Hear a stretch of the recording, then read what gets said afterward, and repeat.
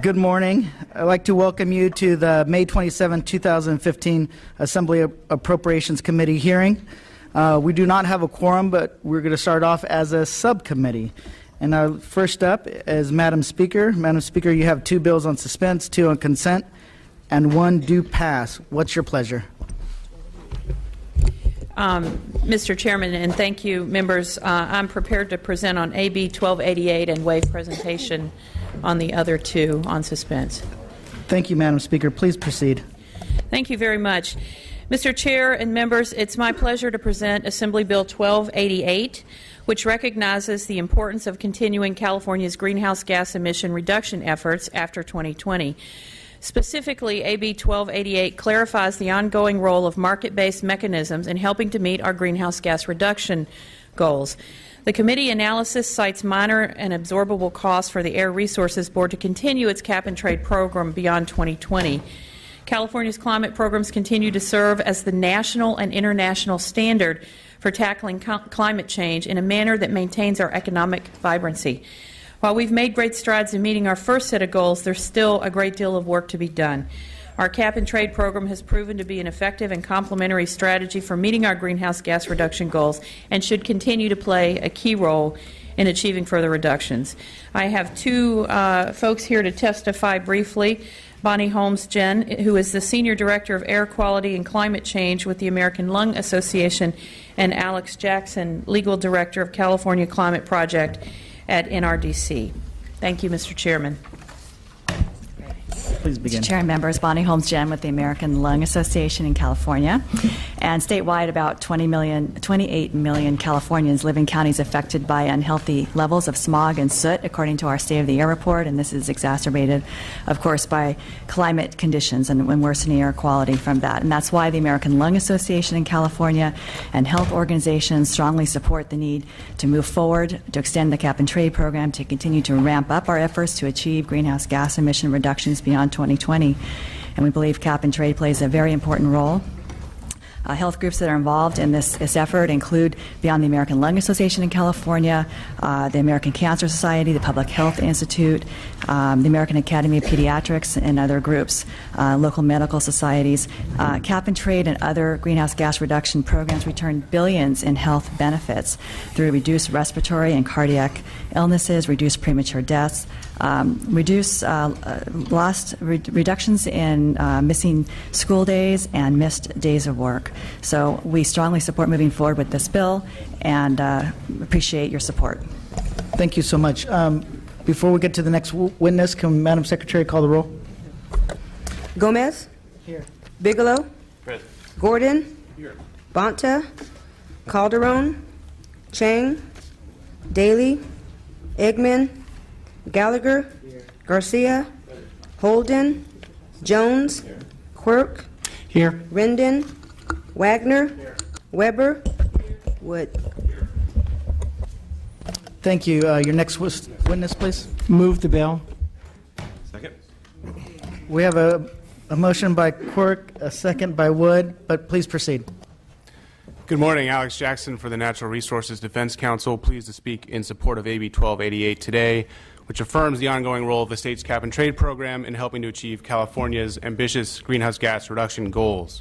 How we achieve those goals is critical to their ongoing success. California's approach thus far has worked, setting clear long-term targets to provide certainty and a positive signal to businesses and investors, developing a comprehensive strategy through a public and open process, and employing a mix of incentives, standards, and market-based tools like the cap-and-trade program to ensure we achieve them. But now is the time to move these important programs forward. AB 1288 takes an important step in that direction by setting a clear signal that the program will continue and the proceeds that it generates to invest in clean energy solutions for all Californians. We therefore ask for your aye vote. Thank you so much. Next witness in support. Sylvia Solis-Shaw on behalf of Advanced Energy Economy and Strong Support. Thank you so much. Any other individuals in support from the public? Yes. Mr. Chairman and members, Eli Garcia for the Western States Petroleum Association. We have taken a support, if amended, position and look forward to working with the Speaker and her staff look forward to working with them on some potential amendments that we think will strengthen the program and make it a better program going forward. Thank you very much. Thank you so much. Corey Bolus on behalf of Environmental Defense Fund, also in strong support of the bill. Thank you so much. Catherine Phillips, Sierra Club, California, in support. Thank you. Any other Michelle Kinman, Environment California, in support. Thank you so much. Any other individuals in support? Witnesses in opposition? Individuals of the public in opposition? Questions or comments from the Department of Finance is not here. Questions or comments are from the committee members? Nope. Madam Speaker, would you like to close? Simply ask for your aye vote. Thank you so much. We have a motion by Quirk, a second by Wood. This bill is out on a B. Roll call.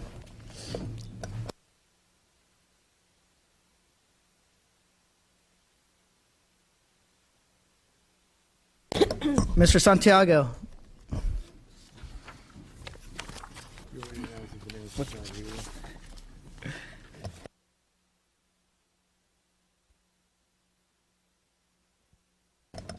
Mr. Santiago, you have one bill on the file today. It was originally a non-reco, but now that we understand that you've worked with the opposition, we'll let you proceed, and it will be a due pass recommendation.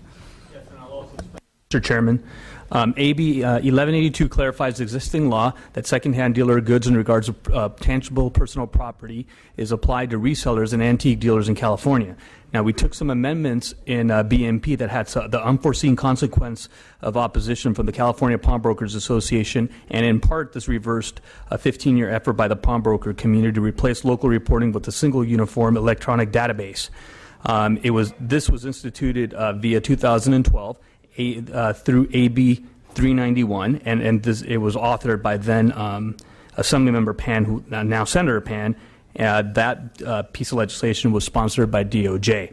I want to make clear right now that I do commit to the stakeholders and to the committee to work towards removing that amendment and move with the concurrence of the chairwoman of BMP, because that was not the intent of the bill. That said, move the bill. Second. We have a motion by Quirk, a second by Wood. Please continue, Mr. Santiago. Sure. Thank you. That said, AB 1182 is a work in progress, and I'd like to continue to collaborate and work with all the stakeholders. Should the committee chairman like, I also have witnesses. Please, your witnesses. Thank you. Mr. Chair, members of the committee, Mark Aprea with Aprea McKaylee on behalf of the California Association of Resellers, Reusers, and Buyers. We've brought this measure before you because the breadth and scope of the existing statute would literally require resellers to take fingerprints and ID cards and hold that property for 30 days, no matter the value or the number of items being sold. We think it does not currently address issues regarding the sale of stolen goods, and we wish to narrow it to apply to those items that are frequently and significantly within the scope of criminal activity. We would urge your aye vote. I have some witnesses here from the industry who represent auction houses, antique houses, and antique fairs, as well as consignment stores, and we would urge your aye vote. Thank you so much. Please keep the testimony short. One thing that we know in the Assembly is that you can talk yourself out of a aye vote, so please continue. 20 seconds. Thank you. Thank you, Chairman Gomez and members of the committee. My name is Alan Michon. I am the owner of Michon's Auctions, a full-service auction house that deals in everything from high-end art to household goods, as well as the operator of the Alameda Point Antiques Fair, a monthly event that draws over 11,000 buyers and nearly 1,000 sellers at Alameda Point. I urge a yes vote on this, as existing BMP code places no parameters on value of what needs to be reported. We normally have millions of objects at one of our events. Obviously, no one wants to see all of these things reported. It will not aid law enforcement. And there is a tremendous fiscal impact on the state if this industry is killed, because there's a lot of money generated for local government, for state entities, and sales tax and people's livelihoods. Thank you. Thank you so much. Any other witnesses in support? Mr. Chair, members of the committee, my name is Alistair Dorwood with Home Consignment Centre. We operate 19 consignment stores, 13 of which are in California. Our revenues last year were $48 million. We employed 250 people directly and a further 200 people indirectly. If 1182 is not enacted, we will be forced to close our California business. We consider ourselves a sustainable business. In our business, we allow things not to go into landfill. The consignment business is not prone to fencing of stolen goods. We mail checks when items are sold to the owner. Title does not change. In order to preserve the jobs of our employees, we urge you to vote aye. Thank you. Thank you so much. Any other witnesses of support? My name is Marilyn Rose. I own and operate the Sacramento Antique Fair, a 300-vendor market here in Sacramento, and I have for the last 11 years. And I am also urging an aye vote. I speak with these people on a daily basis. They're very hardworking people who are doing their best to make a living, and there's a lot of continuity among them. They know each other. They know the goods, and we feel very confident that an aye vote would be in the best interest of Californians. Thank you so much. Individuals from the public in support? Back, Mike. Oh. Just your name and position, please. Yes, I'm Bernice Davy, and I sell at Antiques by the Bay. And I have been doing this for almost 40 years. And I'm retired now, and it supplements my income as being retired. And without this, I don't know what we would do. Thank you. So I support it. Thank you. Oh, okay. I'm Janice Howell. I sell at Antiques by the Bay, and I've been an antique dealer for over 20 years. I've been retired for 15 years, and I need the sales for retirement. It would impact me dramatically not to be able to sell. So I do support AB 1182. Thank you so much. Thank you. Witnesses in opposition, please step forward.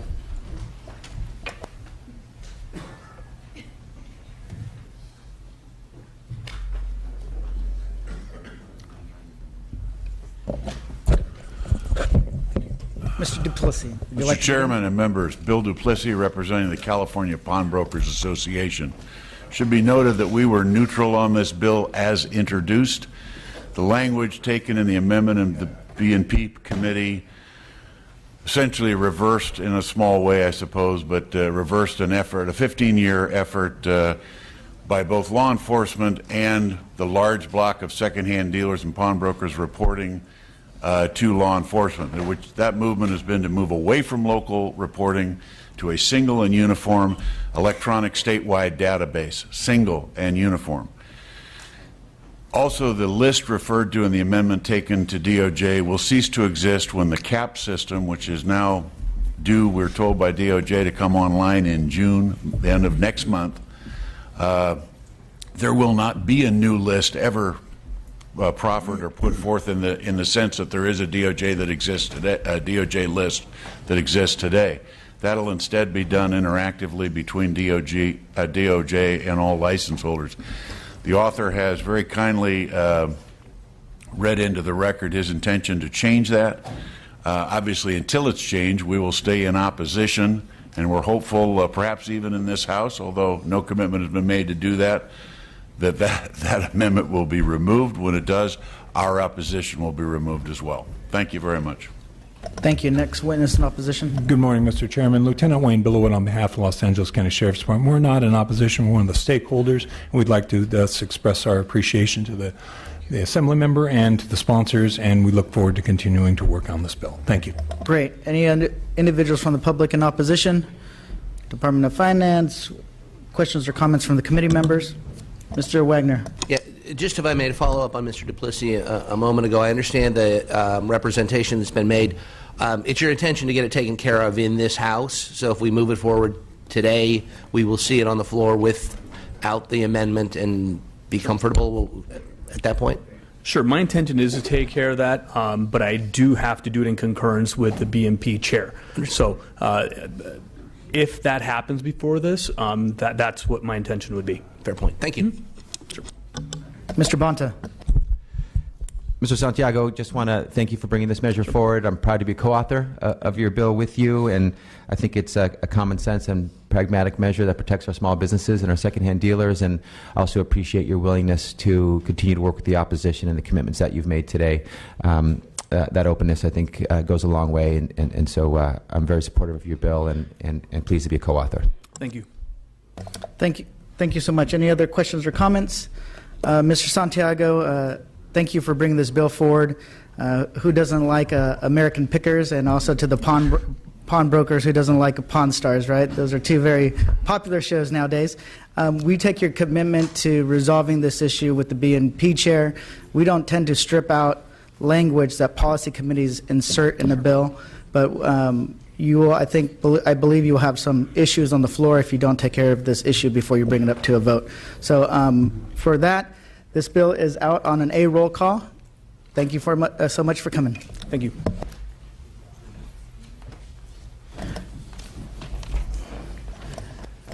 Ms. Gonzalez. Oh, yeah.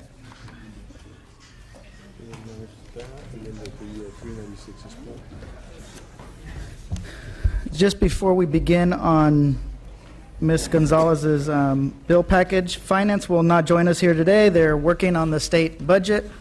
At the same time, Mr. Jones Sawyer has committed to me on AB 396 to work with the stakeholders to resolve a lot of the issues in his bill. So he pulled the bill from today's file, and it's been declared a 2-year bill.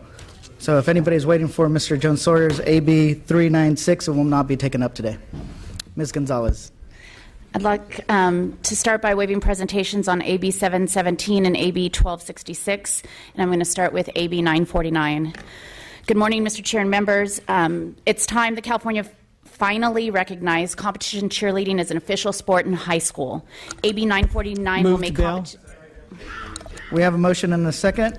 I respectfully ask for an aye vote. Thank you so much. Any witnesses in support? Individuals from the public in support? Witnesses in opposition? Individuals from the public in opposition? Questions or comments from the committee members? Seeing none, this bill is out on an A roll call. Thank you. Next bill. The next bill is AB 304, our paid sick days cleanup bill. Last year, Ms. Gonzalez, this bill is a do-pass recommendation with an amendments to add an urgency. Thank you. Last year, the Healthy Workplace and Healthy Families Act of 2014, our paid sick days, was signed into law by Governor Brown. But passing such a sweeping workplace benefit has spurred a robust public discussion regarding the implementation of the act. AB 304 aims to clarify provisions of California's new paid sick day law in order to ensure smooth implementation when the law takes full effect on July 1st. Specifically, it makes a number of minor and clarifying amendments, exempts retired annuitants as defined under PEPRA, provides extra time for specified industries to come into compliance with certain reporting requirements of the law, and sets parameters around alternative accrual methods. I'll also be accepting an amendment to add an urgency clause to ensure timely enactment of this cleanup language before workers begin to accrue paid sick leave on July 1st. We have a couple of folks to testify about it today, and I respectfully ask for an aye vote. Thank you so much. Witnesses? Mr. Chair and members, I'm sorry, go ahead, Terry. I'm sorry. Mr. Chair and members, Mike Belote for the California Employment Law Council and the California New Car Dealers Association. The issue in the bill that we think is essential be cleaned up is how to calculate payment for time taken off as paid sick leave. This thing is going into effect on July 1, and we think the clarification made in the bill as amended last week is essential to be done by July 1 so that businesses in California can properly comply with this very groundbreaking law. We understand that there are other issues in the bill, and we urge you to work those out with the stakeholders. But this change in how to pay people for those paid sick days is essential by July 1. Thank you. Next witness. Terry Thomas on behalf of the Motion Picture Association of America. We're also in support of a very specific provision in this bill which must be clarified by July 1. Our companies are unique in that they are using multiple payroll companies for the same employee because the same employee might be working on different productions.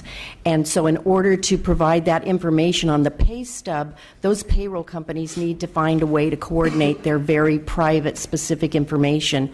This This bill provides for a 6-month delay, not in complying with the bill, but only with the penalty for the pay stub provision. And we believe in that 6-month period of time we can reconcile and find a solution to that problem. So we urge your aye vote on this measure. Thank you. Thank you so much. Any other witnesses in support? Individuals from the public in support? Witnesses in opposition?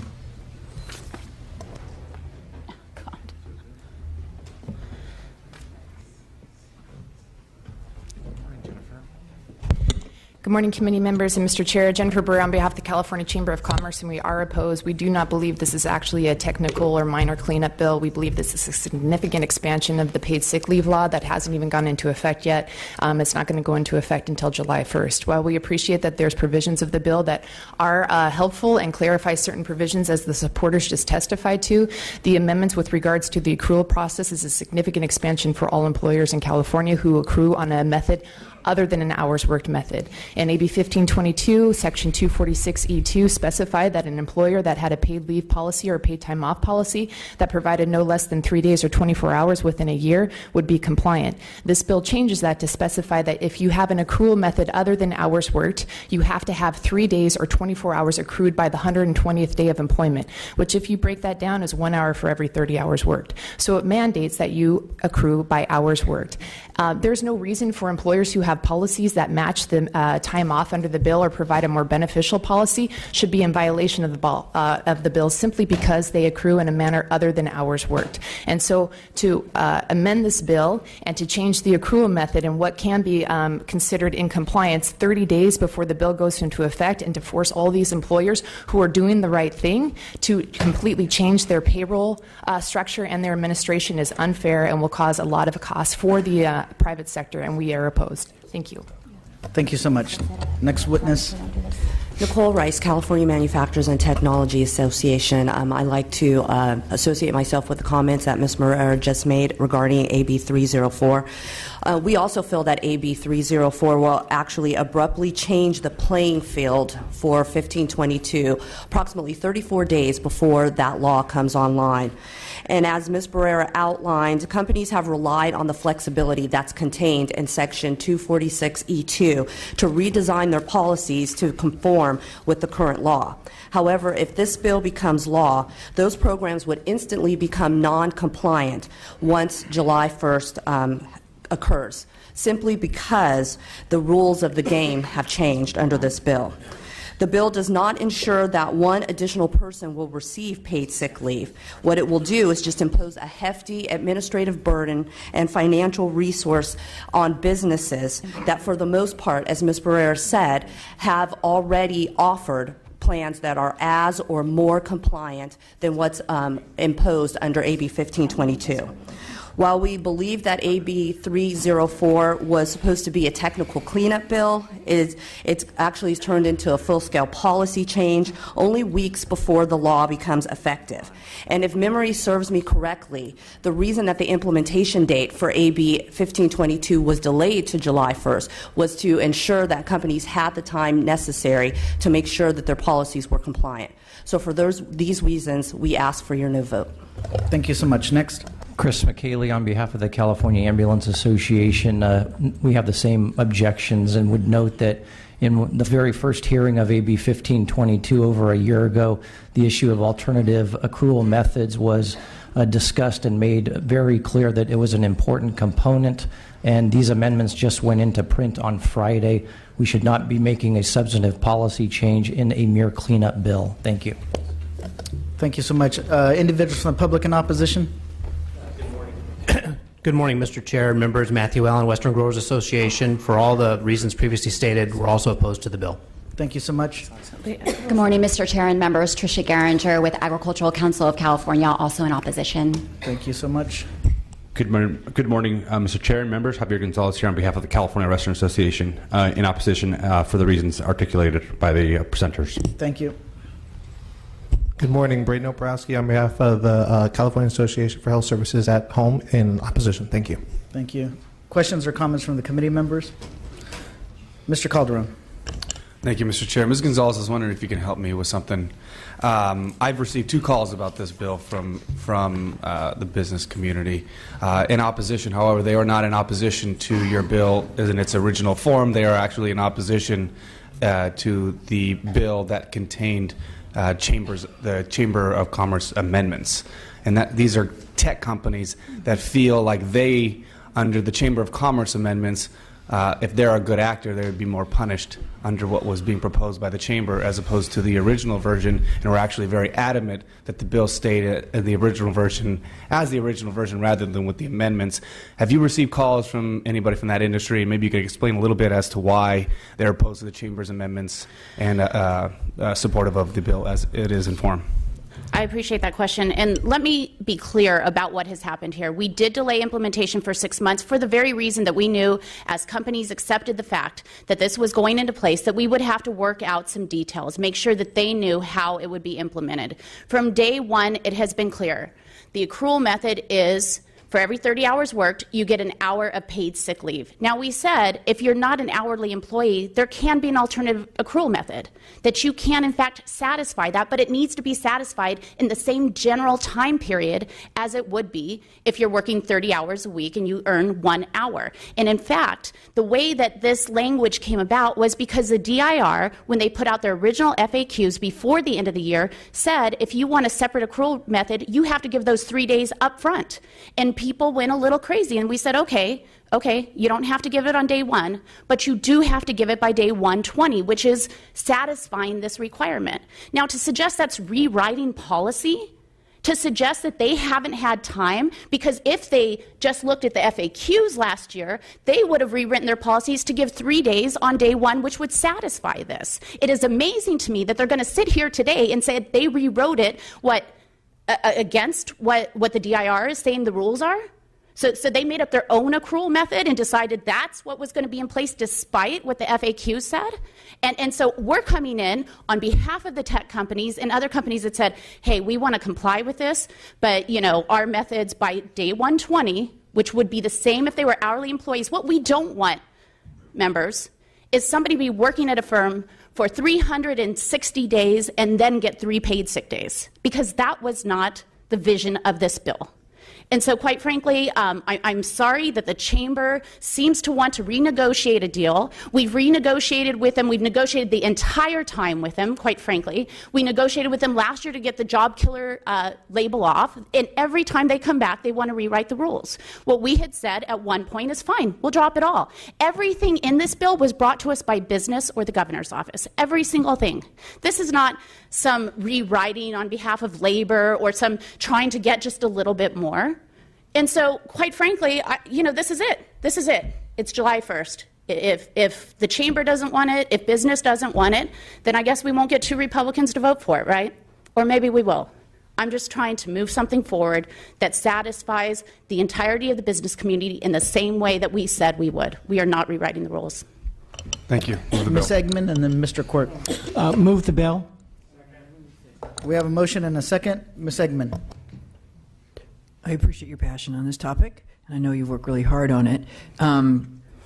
In talking with a lot of folks in my agriculture community, people have put a lot of time and effort into trying to figure out how this thing works. Right. This feels to them like, now we have to relook at everything. So I'm supporting it today, but I just think we need to keep looking at this before I vote for it on the floor.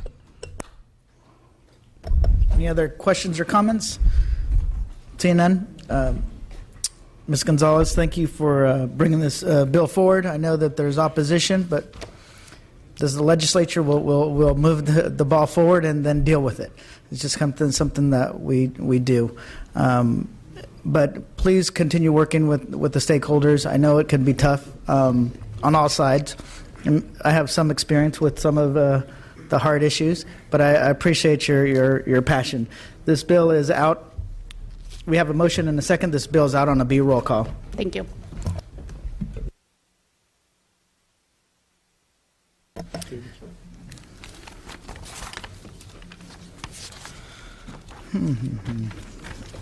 Mr. Chu,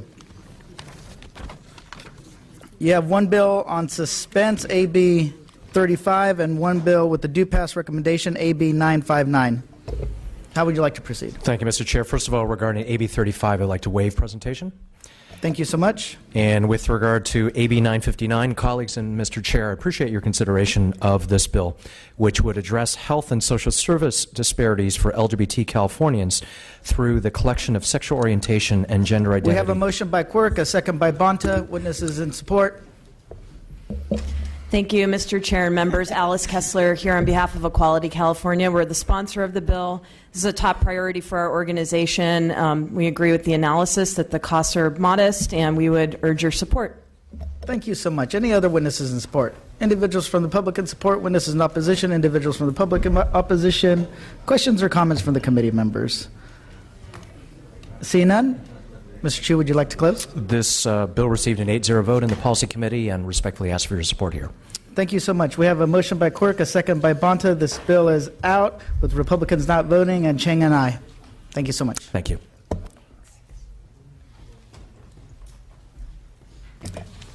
Mr. Garcia, would you like to present?